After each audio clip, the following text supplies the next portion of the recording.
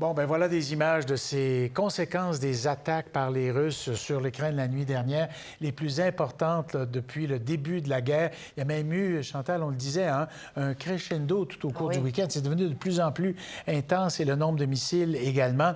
Ce qui a fait dire à Donald Trump, ben, peut-être que ça l'a provoqué, irrité, je crois qu'on va l'entendre, que Vladimir Poutine est devenu complètement fou. Oui, exactement. Il a fait une déclaration lorsqu'il s'est adressé aux journalistes, mais lorsqu'il a dit « il est complètement fou » en parlant de Vladimir Poutine, c'est tard hier soir sur Truth Social, la déclaration qui est partout ce matin. Je vais vous la montrer à l'instant. Donc, ce qu'il a dit, en fait, c'est qu'il y a eu toujours eu une bonne relation avec Vladimir Poutine, mais là, il y a quelque chose qui est arrivé. Il est devenu complètement fou.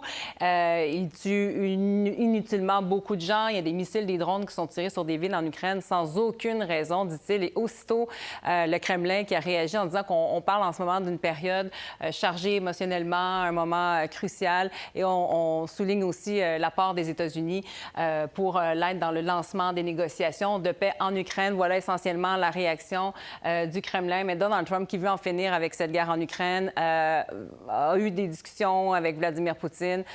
Plus de 2 heures là, la semaine dernière au téléphone, aurait souhaité vraiment des résultats concrets sur le terrain qui visiblement ne se matérialisent pas. On va entendre Donald Trump, justement, qui a été interrogé là, par les journalistes sur la question. I'm not happy with what Putin's doing. He's killing a lot of people, and I don't know what the hell happened to Putin. I've known him a long time, always gotten along with him, but he's sending rockets into cities and killing people. We're in the middle of talking, and he's shooting rockets into Kiev and other cities. I don't like it at all.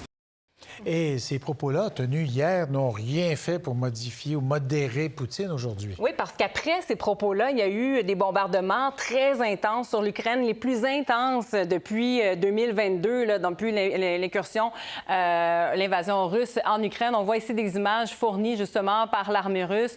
Intensification massive des bombardements. Je vous montre sur quelle zone la nuit dernière. Essentiellement, là, ça couvre l'ensemble du territoire. Quand on parle de jamais vu, pour vous donner une idée, bien, ça, c'est l'ampleur en termes de résultats, là, entre autres dans la grande région de Kiev, résultat des plus récents bombardements. Mais on parle de 355 drones russes lancés seulement que la nuit dernière en direction de l'Ukraine. 9 missiles également. À titre comparatif, et on parlait déjà d'escalade ce week-end, donc dans la nuit de dimanche, donc de samedi à dimanche, 298 drones, 69 missiles. Vous voyez vraiment à quel point on assiste à une intensification présentement.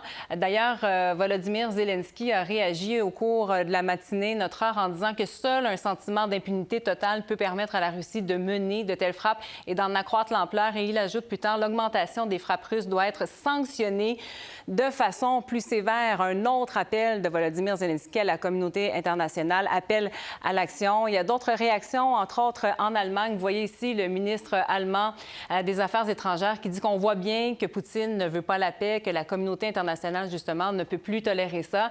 Et il y a certaines informations qui commencent à circuler disant que Volodymyr Zelensky est attendu un peu plus tard cette semaine, justement, en Allemagne. Merci. Au revoir. Pour voir nos émissions en entier, rendez-vous sur la chaîne Ici RDI.